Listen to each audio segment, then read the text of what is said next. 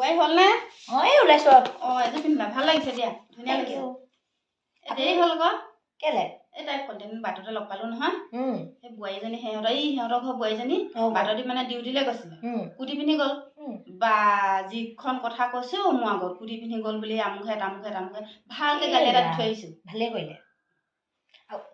হেৰি আৰু নকলে গেলে আপোনাৰ ছোৱালীজনীও দেখোন বিয়া পাতিব, তাইও যদি পিন্ধে কলো কৈ থৈ আহিছো ভালকে। আৰু মানে বোৱাৰী হ'ল বুলি কি অকল চাদৰ মেখেলা পিন্ধিব লাগিব নেকি? পিন্ধিব লাগিব মানে তেহেঁতৰ মতে নিজৰজনীয়ে পিন্ধে দেখোন। মানে ক'ত কি পিন্ধিব লাগেতো জানে ন তাই। মন্দিৰলৈ গৈছে তাই সেই চাদৰ মেখেলা পিন্ধি যাব নি মোলকে।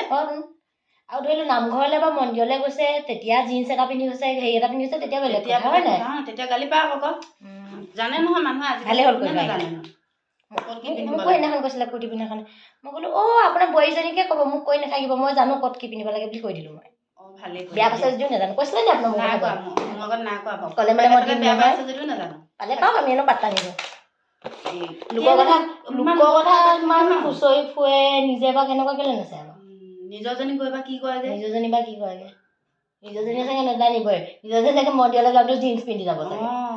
সেইবোৰ মানে যোনে বেলেগৰ কথা বেছিকে পাতে ন, সিহঁতৰ বা ল'ৰা ছোৱালী বা হেৰি বা সেইবোৰ বেছিহে বেয়া হয়।